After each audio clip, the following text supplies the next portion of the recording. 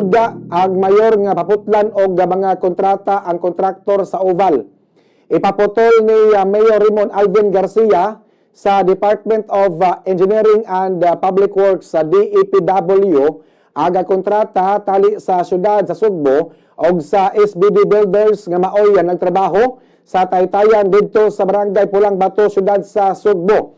Og kay ang SBD Builders man usab maoy kontraktor sa naguba dayon nga Cebu City Sports Center rubberized sa track oval. Gihatagan niya kini og sulod sa Oktubre nga humanon ang pag-ayo sa pasilidad kay kung dili ang kontrata sa mini sa track oval ang ipakanselara sa mayor. Kini ang gibutyaga ni Mayor Raymond Garcia atol sa yaga press conference human sa iyang pagpanumpa isip full-fledged mayor sa dakbayan sa Sugbo.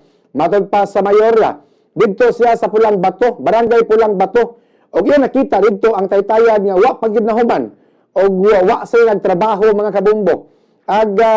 Kandering Bridge nga maoy kani aga bridge nga gigahinan og pundo nga 24 million pesos. Gigahinan og budget nga 24 million pesos. Gisugdan niadto pagka September 15, 2023 og mahuman ra unta ni sold sa 240 ka mga adlaw.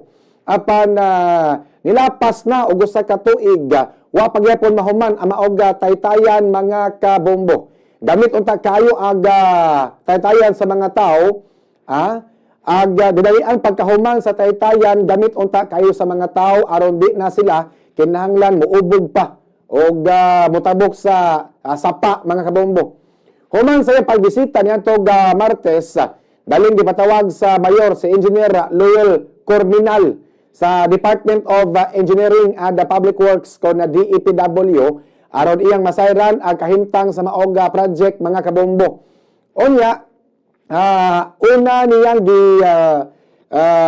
sulti nga aga duha ka kontrata ang iyang gipaundang apan lagi kay niingon aga kontraktor nga dili nila maayo dayon. Aga track oval, dili kuno matrabaho dayon ang track oval sa Abiliana. Matod pas kontraktor kay kuno paliton pa sa China ang mga materyales.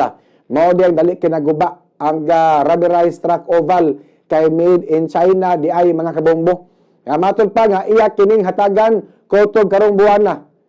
Kotog karong buwana sa Oktubre ang pagtrabaho sa track oval sa Abiliana mga kabombo. Matod pa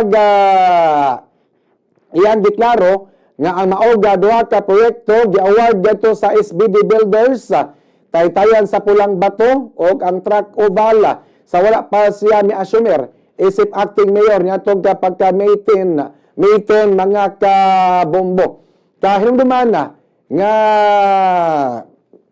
gipahimangnuan usab sa konseho sa dakbayan sa Sugbo niadto pagka Mayo ang SBD Builders nga mopakita og mupasabot nganong angay kini nga dili i-blacklist sa syudad ngunod sa pagkalangay sa mga proyekto nini sama sa taytayan sa Pulang Bato og ang pag-renovate sa oval sa Cebu City Sports Center mga kabombo. So